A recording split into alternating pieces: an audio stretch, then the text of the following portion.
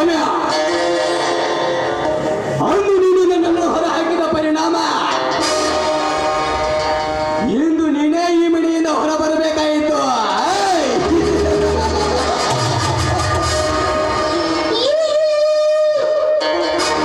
ಒಂದು ಕಲ್ಲಲ್ಲಿ ಎರಡು ಹಕ್ಕಿನ ಹೊಡೆಯುವ ಸಮಯ ಬಂದಾಯಿತು. ಇನ್ನೇನಿದ್ದರು ನಿನ್ನ ಹೆಂಡತಿಯ ಶೀಲ ಸವಿದು ಕೊಲೆ ಮಾಡುವುದು ಒಂದೇ ಬಾಕಿ.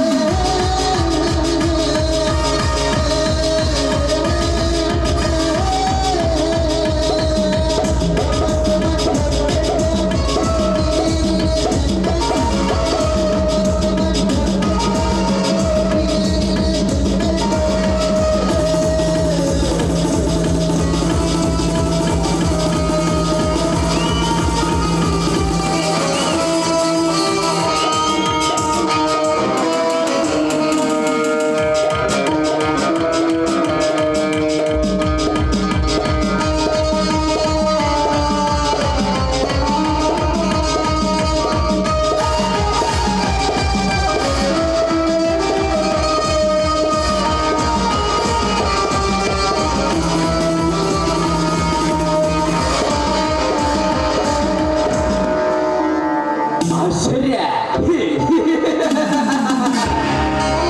ಪರಮಾಶ್ಚರ್ಯ. ಭಾಷಿತ ಬಾ, ಓಡಿಲ್ಲ ಕುರುಡ ಗಂಡನನ್ನು ಬಿಟ್ಟು ಈ ಕಾಮ ತುಂಬಿದ ಕಾಳಿಂಗನ ಕೈ ಹಿಡಿಯಲು ಬಾ.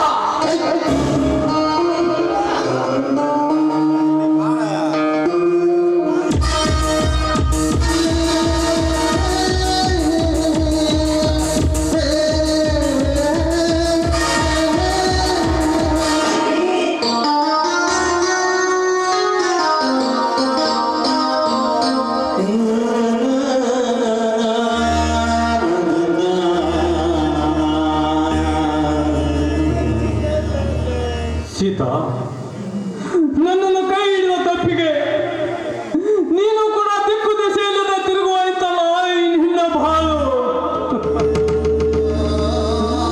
ಸೀತಾ, ನಿನ್ನನ್ನು ಚೆನ್ನಾಗಿ ನೋಡಿಕೊಳ್ಳುತ್ತೇನೆ ಅಂತ ಹೇಳಿ ಸಪ್ತಪದಿ ತುಳಿದು ಮದುವೆ ಆದೆ. ಆದರೆ ನಿನಗೆ ಒಂದು ಹೊತ್ತು ಅನ್ನ ಹಾಕಲಾಗದ ಪರಿಸ್ಥಿತಿಗೆ ತಂದಿಟ್ಟ ಈ ನಿನ್ನ ಪಾಪಿ ಗಂಡ. ನನ್ನನ್ನು ಕ್ಷಮಿಸಿ ಬಿಡು ಸೀತಾ, ನನ್ನನ್ನು ಕ್ಷಮಿಸಿ ಬಿಡು. ಸ್ವಾಮಿ, ಯಾಕ್ರಿ ಯಾಕೆ ಈ ರೀತಿ ಮಾತಾಡ್ತಿದ್ದೀರಾ? ನೋಡಿ, ಗಂಡನಿಗೆ ಕಷ್ಟವೇ ಬರಲಿ ಸುಖವೇ ಬರಲಿ, ಅದರಲ್ಲಿ ಹೆಂಡತಿಯಾದವಳು ಸಮಭಾಗ್ಯವಾಗಿರಬೇಕು ಅಂದಾಗ ಆ ದೇವರು ಮೆಸ್ತಾನೆ. ಅಷ್ಟೇ ಅಲ್ಲರಿ, ಗಂಡನು ಕಷ್ಟದಲ್ಲಿದ್ದಾಗ ಅವನಿಗೆ ಎಗಲುಗೊಟ್ಟು ನಿಂತಾಗ ಮಾತ್ರ ಅವಳಿಗೆ ಅರ್ಧಾಂಗಿನಿ ಅಂತ ಕರೀತಾರೀ. ನೋಡಿ, ನಿಮ್ಮನ್ನು ತಾಳಿ ಕಟ್ಕೊಂಡು ಈ ಮನೆಯಲ್ಲಿ ಸಂಸಾರ ಮಾಡಲು ಬಂದ ನನಗೆ ಕಣ್ಣಲ್ಲಿ ಕಣ್ಣಿಟ್ಟು ನನ್ನನ್ನು ಮುತ್ತಿನಾಗಿ ಜೋಪಾನ ಮಾಡಿದ್ದೀರಾ. ಈಗ ನಿಮ್ಮನ್ನು ಕಣ್ಣ ಕಳ್ಕೊಂಡಿದ್ದೀರಿ ಎಂದಾಗ ಮಧ್ಯ ದಾರಿಯಲ್ಲಿ ಕೈ ಬಿಟ್ಟು ನನಗೆ ಒಟ್ಟೋಗು ಅಂತ ಹೇಳ್ತಾ ಇದ್ದೀರಾ? ಇಲ್ಲ ರೀ, ಇಲ್ಲ. ನಿಮ್ಮನ್ನು ಕಣ್ಣಲ್ಲಿ ಕಣ್ಣಿಟ್ಟು ನಾನು ನಿಮ್ಮನ್ನು ನೋಡ್ಕೊತೀನಿ ರೀ. ಅವರಿವರು ಮನೆ ಕೆಲಸವನ್ನು ಮಾಡಿ ಬಂದ ಹಣದಿಂದ ನಾನು ನಿಮ್ಮನ್ನು ಸಾಕಿ ಸಲ್ಲುತ್ತೀನಿ ಸ್ವಾಮಿ, ನಾನು ನಿಮ್ಮನ್ನು ಸಾಕಿ ಸಲ್ಲುತ್ತೀನಿ. ಸೀತಾ, ತಿರುಗಾಡಿ ತುಂಬಾ ಬಾಯಾರಿಕೆ ಆಗಿದೆ, ಕುಡಿಯಲು ನೀರು ತೆಗೆದುಕೊಂಡು ಬಾ. ಸರಿ ಸ್ವಾಮಿ, ಇಲ್ಲಿ ಹಳ್ಳ ಕಾಣ್ತಾ ಇದೆ, ನಾನು ಹೋಗಿ ಅಲ್ಲಿ ನೀರು ತಗೊಂಡು ಬರ್ತೀನಿ. ನೀವು ಸ್ವಲ್ಪ ಹೊತ್ತು ಇಲ್ಲೇ ಕೂತ್ಕೊಳ್ಳಿ. ಸರಿ ಸೀತಾ.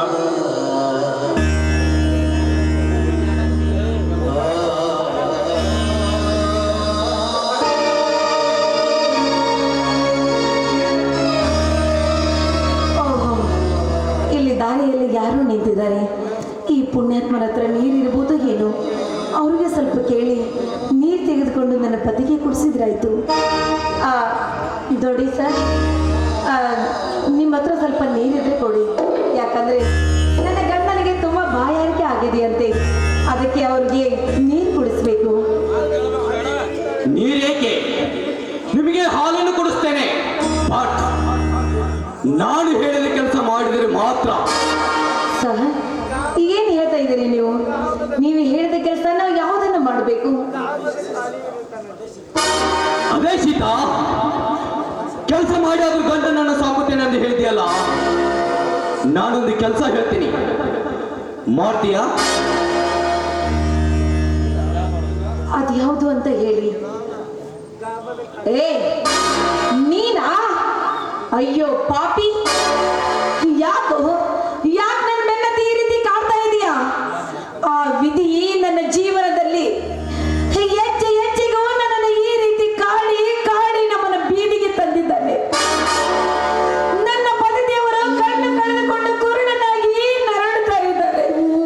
ಈಗ ನಾನೇ ದುಡಿದು ನನ್ನ ಗಂಡನನ್ನು ಸಾಕಿ ಸಲುವಬೇಕಾಗಿದೆ. ನೋಡಿ, ನಿಮಗೆ ಕೈ ಮುಗಿದು ಕೇಳ್ಕೊತಾ ಇದ್ದೀನಿ, ದೊಡ್ಡ ಮನಸ್ಸು ಮಾಡಿ ಒಂದು ಕೆಲಸ ಕೊಟ್ಟು ಪುಣ್ಯ ಕಟ್ಟಿಕೊಳ್ಳಿ. ಈ ನಿಮ್ಮ ಸಹಾಯವನ್ನು ನಾನು ಯಾವ ಕಾಲಕ್ಕೂ ಮರೆಯುವುದಿಲ್ಲ. ನನಗೆ ಸಹಾಯ ಮಾಡಿ. ಸೀತಾ, ನಿನ್ನ ಬಾಳಿನಲ್ಲಿ ಆಟ ಆಡಿದ್ದು ಆ ವಿಧಿಯಲ್ಲ, ಈ ಕಾಳಿಂಗ ಅಂತ ನಿನಗೆ ಗೊತ್ತಿಲ್ಲ ಅಂತ ಕಾಣುತ್ತೆ.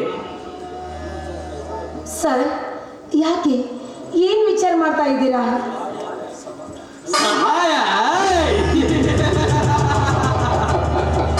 ಸಹಾಯ ಮಾಡುತ್ತೀನಿ ಸೀತಾ, ಆದರೆ ಸಹಾಯ ಮಾಡ್ತೀನಿ ಅಂತ ಹೇಳಿ ಕೊನೆಗೆ ಆದರೆ ಅಂತ ಅಲ್ಲಿಗೆ ನಿಲ್ಲಿಸಿದ್ರಲ್ಲ.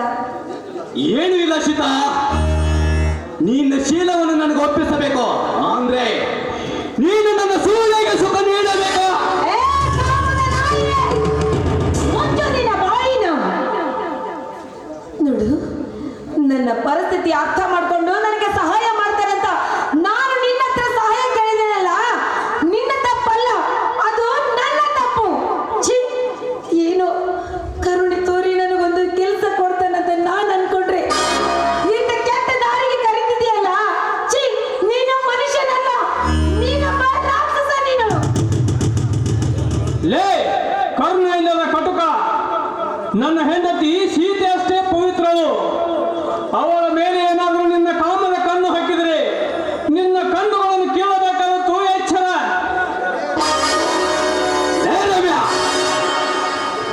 ನೋಡಲು ಕಣ್ಣುಗಳಿಲ್ಲದ ಕೂಡ ನೀನು ನನ್ನ ಕಣ್ಣು ಏನು ಕೇಳ್ತೀಯೋ?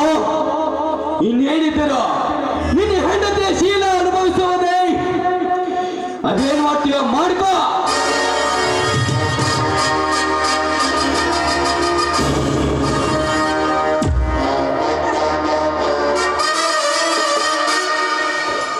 ಅಯ್ಯೋ ದೇವ, ಇದೆಂತ ಪರಿಸ್ಥಿತಿ ತಂದೊಡ್ಡಿದ್ದೀಯಮ್ಮ ನನಗೆ.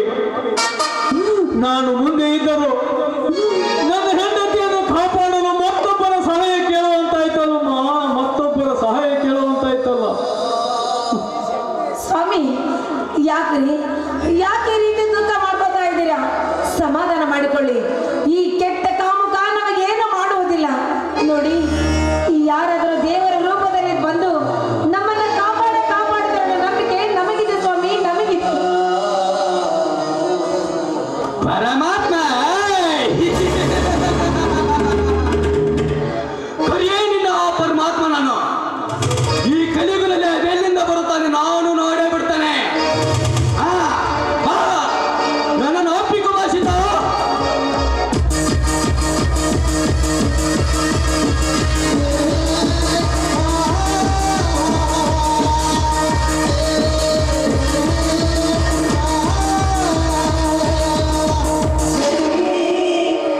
ಬಾಯಿ ಮುಚ್ಚಲೆ ಕಚಡ ಕಂತ್ರಿ ನಾಯಿ.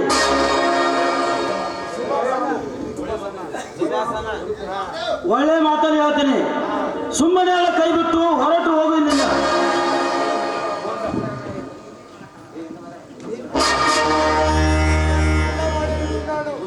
ಬಿಡುತ್ತೇನೆ ಬೇಡ, ಆದರೆ ನೀನು ಒಂದು ಕೆಲಸ ಮಾಡಿಬಿಡ್ತೇನೆ.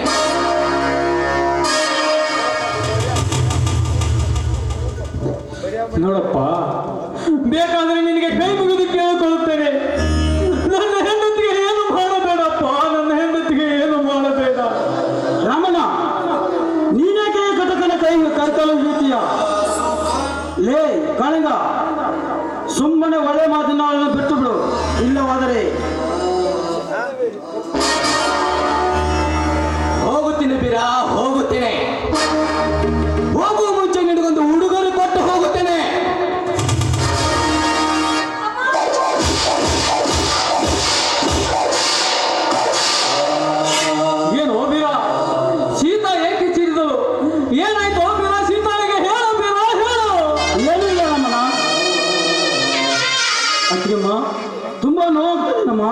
ಇಲ್ಲಪ್ಪ, ಏನೂ ಆಗಿಲ್ಲ. ಒಂದು ಸ್ವಲ್ಪ ಹೊಟ್ಟೆ ನೋವಾಯ್ತು ಅಷ್ಟೇ. ಬೀರಾ, ಸೀತಾಳ ಹೊಟ್ಟಿಗೆ ಏನಾಯ್ತು? ಹೇಳೋ ಬೀರಾ, ಬೇಗ ಹೇಳಪ್ಪ. ಏನೂ ಇಲ್ಲ ರಮಣ, ತುಂಬಾ ನೋವಾಗ್ತಾ ಇದೆನಮ್ಮ. ಇಲ್ಲಪ್ಪ. ಸೀತಾ, ಏನಾಯ್ತು ನಿನ್ನ ಹೊಟ್ಟಿಗೆ? ಹೇಳು ಸೀತಾ, ಹೇಳು.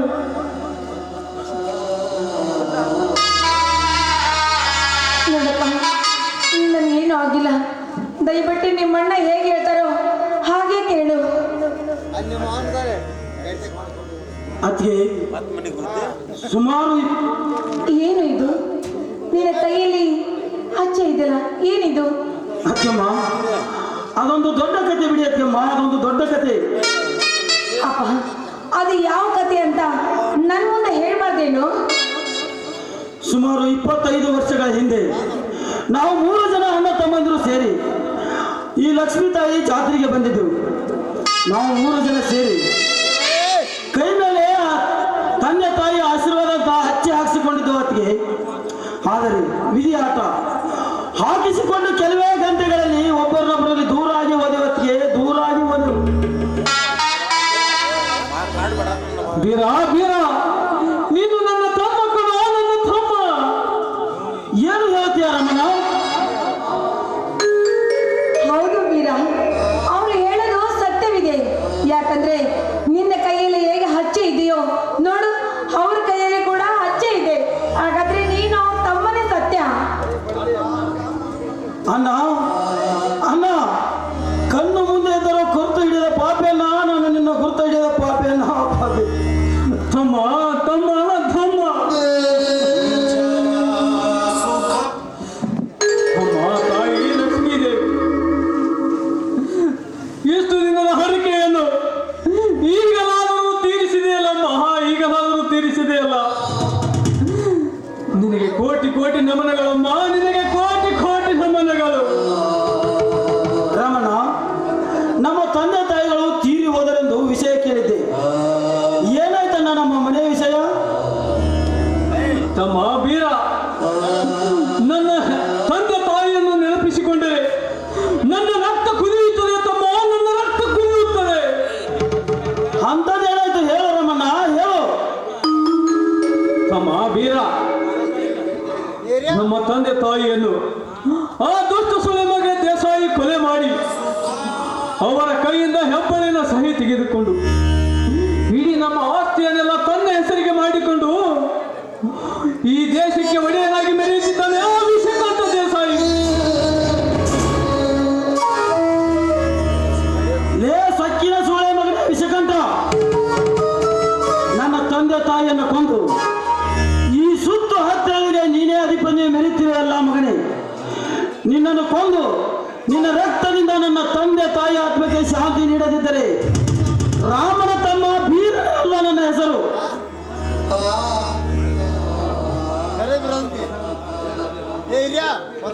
ಬೇಡ ಬೀರ, ನೋಡು, ಮನುಷ್ಯರಿಗೆ ಈ ರೀತಿ ಹಠ ಒಳ್ಳೇದಲ್ಲ.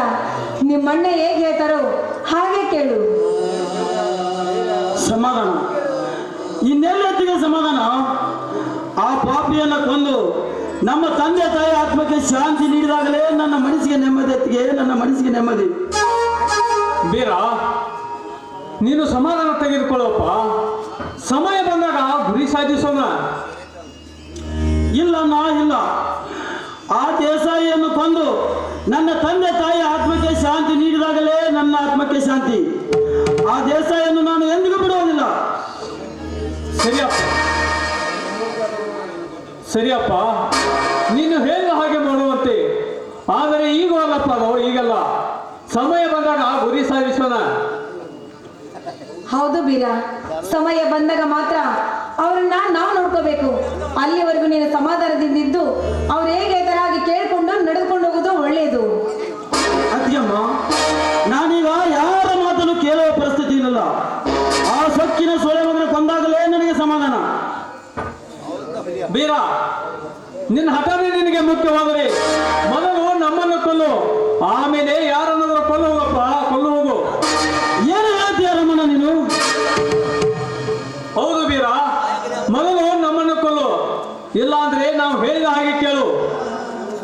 ಆಯ್ತಣ್ಣ, ನೀನು ಹೇಳಿದಾಗೆ ಕೇಳ್ತೀನಿ. ಅದಕ್ಕೆಮ್ಮ ನಡೀರಿ ಹೋಗೋಣ.